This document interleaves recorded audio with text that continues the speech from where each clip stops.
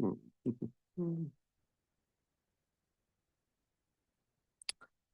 right. So I just got a message from the host that she'll continue letting folks in as they come.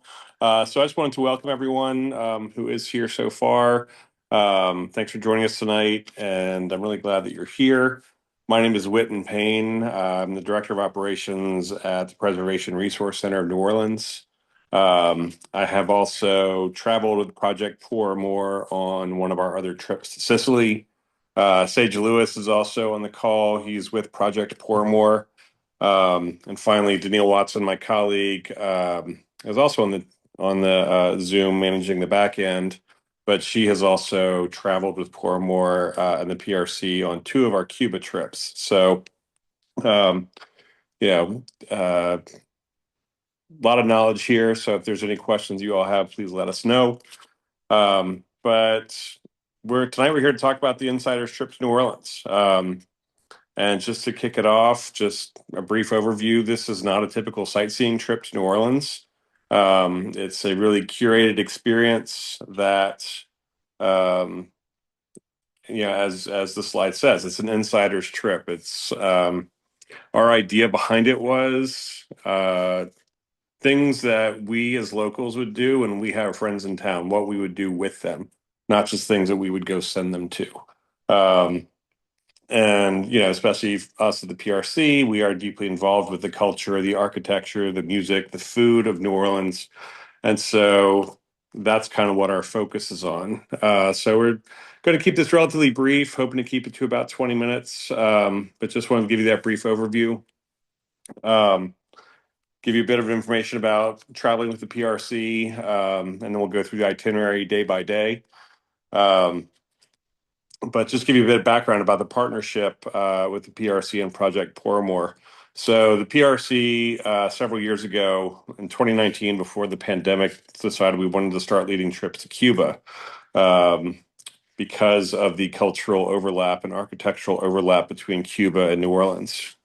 And so we did it one trip in 2019. It was very successful. We intended to do one every year, and the pandemic hit.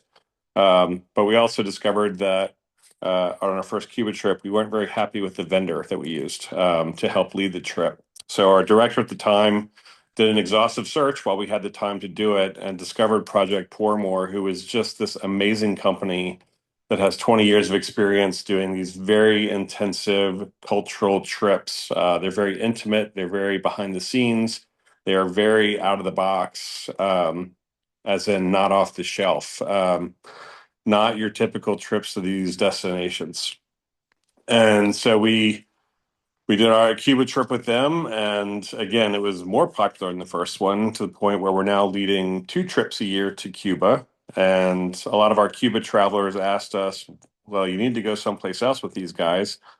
We asked them where to go. Sicily quickly rose to the top of the list because, again, there's a very strong cultural connection between Sicily and New Orleans. And so we brought to Por Amor, hey guys, would you make us a Sicily itinerary? And they did.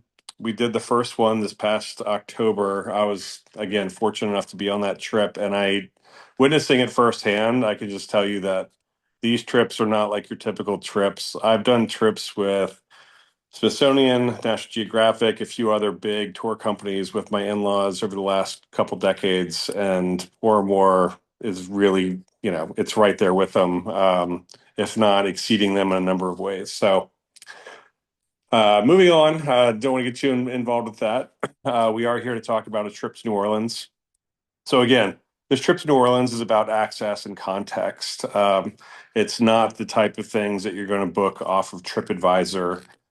We get you into places that you wouldn't necessarily find on your own. We get you into places that aren't necessarily typical tourist destinations. They might just be reserved for locals or not really destinations at all, but are ways that we see that we can highlight what makes New Orleans so special, so unique. And so that's why we came up with this trip. Portmore had wanted to do a domestic itinerary for a while. And because we developed this great working relationship with them, doing several trips a year, it was a natural fit that we would partner with them and serve as kind of like the local fixer and access point to help them in that endeavor. So it's been a great partnership. Daniil again is also on the Zoom. We're kind of the two who came up with the brainstorming ideas of things we can do. We polled around our office, we asked our friends. And so this is really just kind of like for us, it's a dream itinerary. It's something that I would do every week living here if I could.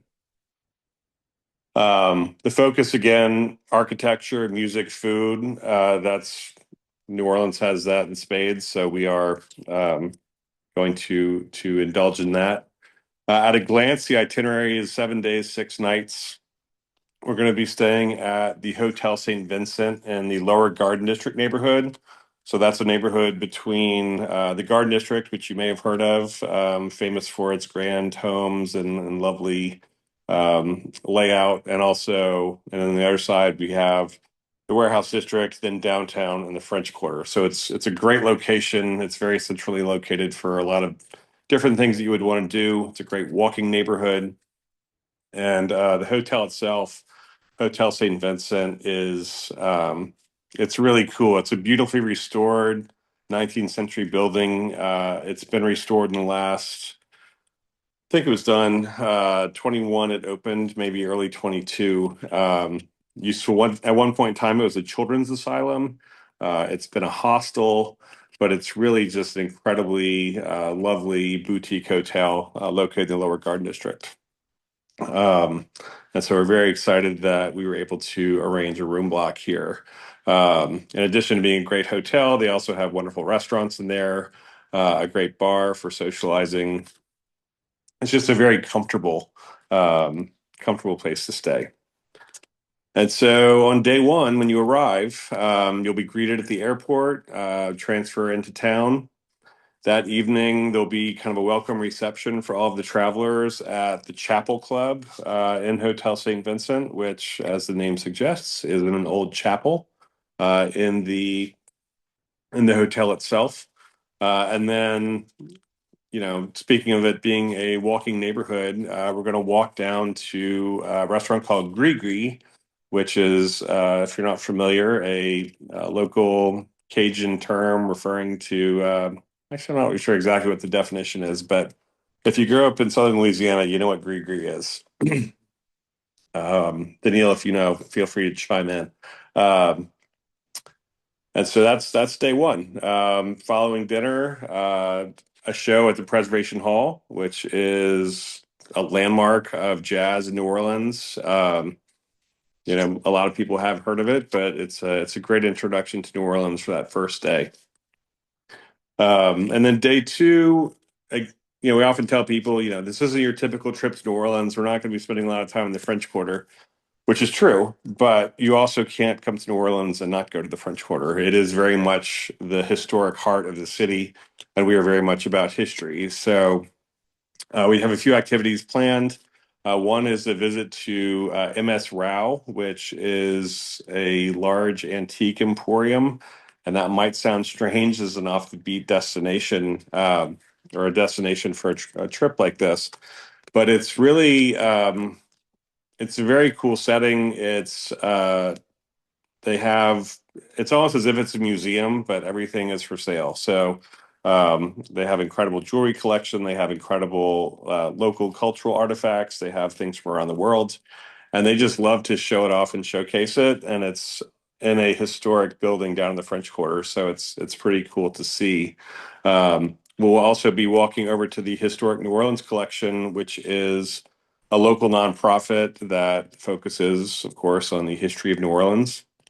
We'll probably be doing a small curated walking tour of the French Quarter with them. We're still working out details, but they're really excited to kind of be a partner in this trip.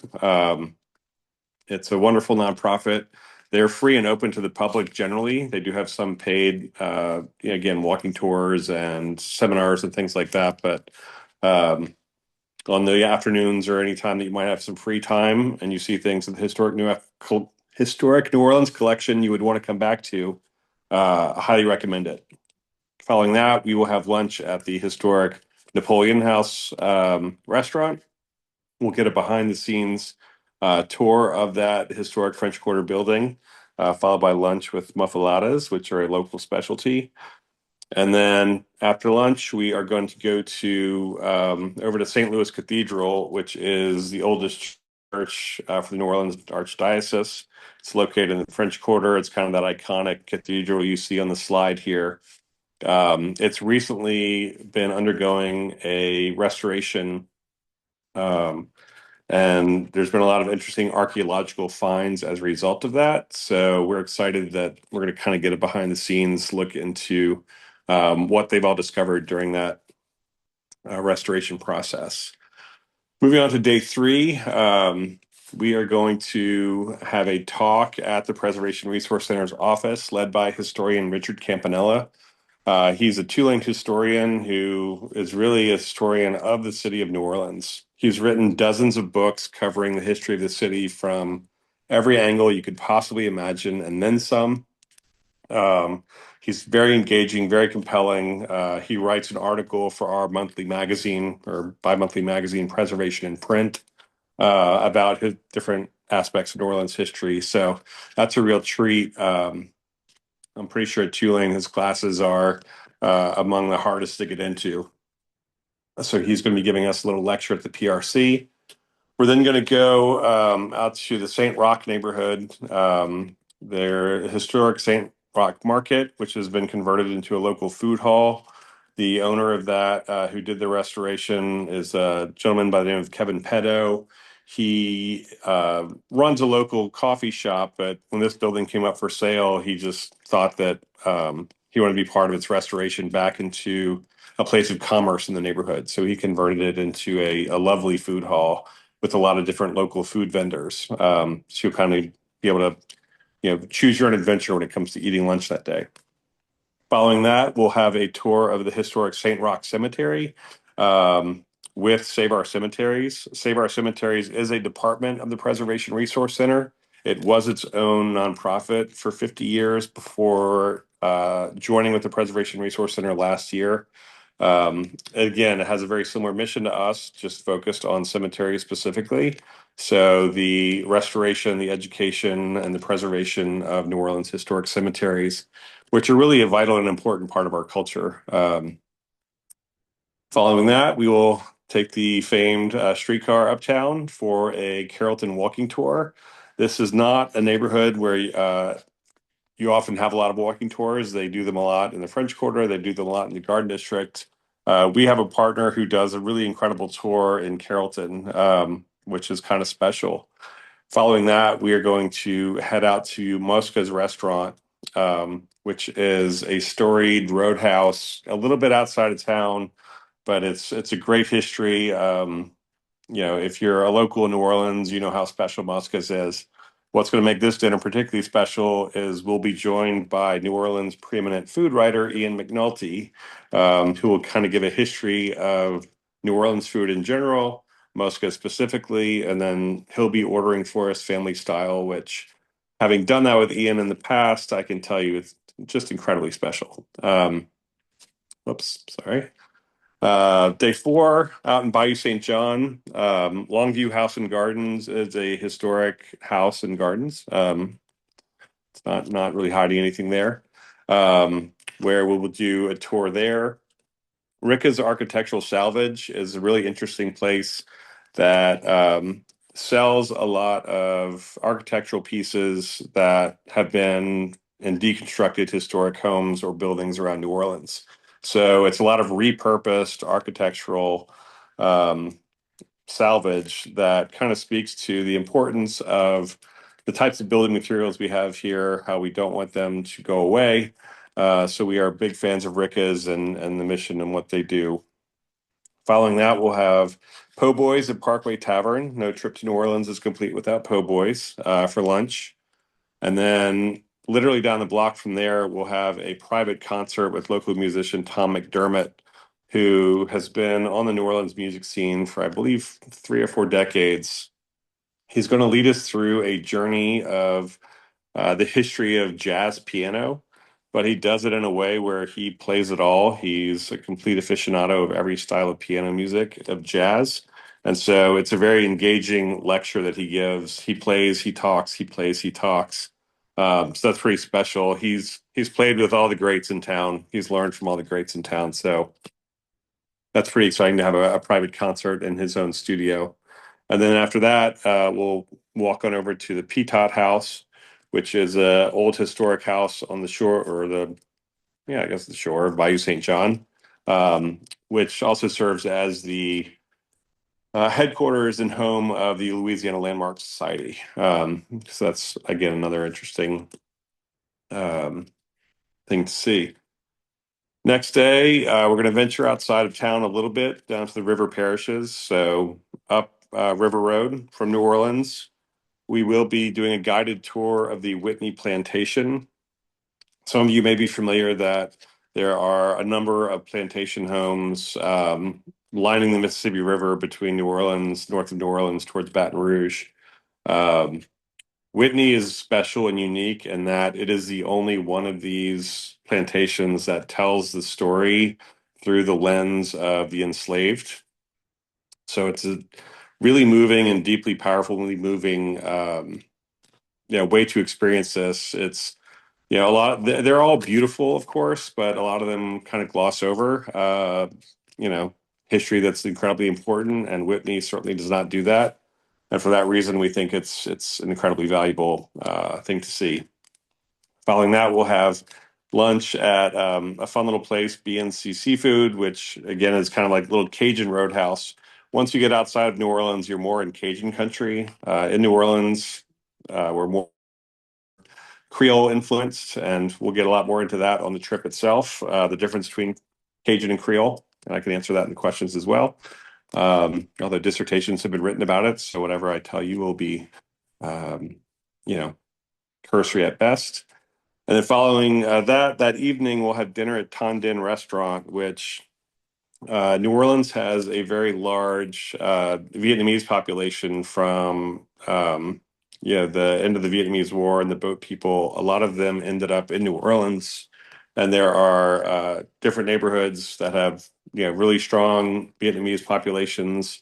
And in the last 40 years, they have really assimilated into New Orleans culture, and New Orleans culture has welcomed them. We've always been a diverse melting pot. And so now you will see Vietnamese flavors right next to Creole flavors on a menu. Um, and so it's pretty cool. We're hoping to get a lecturer from the Historic New Orleans collection to kind of give a bit of the history of the Vietnamese diaspora who are here in New Orleans. And again, another jazz performance that evening. Finally, on the last day, we're going to do a private tour of the the Backstreet Cultural Museum. This is a museum that covers the history of the local Mardi Gras Indians, which is a very unique lens to witness Mardi Gras through. You can't come to New Orleans and ignore Mardi Gras entirely. It's very much part of our culture, not just during Mardi Gras itself, but year round. Um, so you'll see there in the slide just these really elaborate costumes, and it's not just a Mardi Gras thing. These organizations will do second line parades almost every week of the year, if not every week of the year. And it's a really important part of the African American culture here in New Orleans. Following that, because we've kind of done a lot of very specific things to give everyone a kind of a broader review of New Orleans and how it's laid out, and a lot of the other highlights, we're going to do a citywide tour on a bus, which was curated by the PRC. Our director of advocacy actually came up with this tour. And then in the middle of the tour, we'll stop for lunch out on the lakefront, New Orleans. Everyone knows we're affiliated with the Mississippi River, but we also have a large lake to our north, Lake Pontchartrain. And so we'll have lunch out there with some local seafood.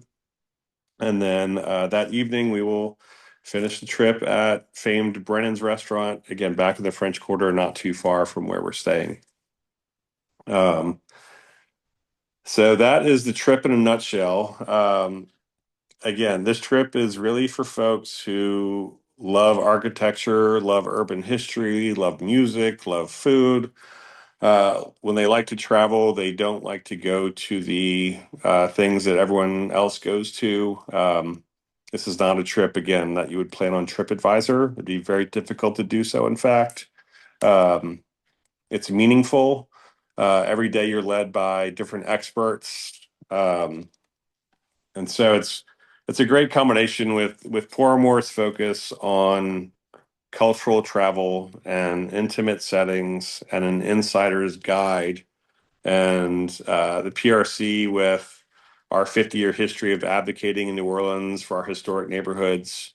Um, this trip reflects the depth of our knowledge. It reflects the depth of our connections in the city. And it really can't, if it's anything like the Cuba or Sicily trips for New Orleans, which I assure you it will be, it's going to be a really special time in the city that we all love. So again, what's included? 6 nights at St. Vincent, breakfast every day. Every day we have tours, talks, performances, admissions to any ticketed venues. And then at every venue, we'll be joined by either an expert guide or a licensed tour guide who may or may not be PRC staff. They might be friends of the PRC, and then private transportation throughout. So here's some information on how to join. We would love you all to come, and I'm happy to answer any questions that you might have. Gotta end the call for my dad really quick.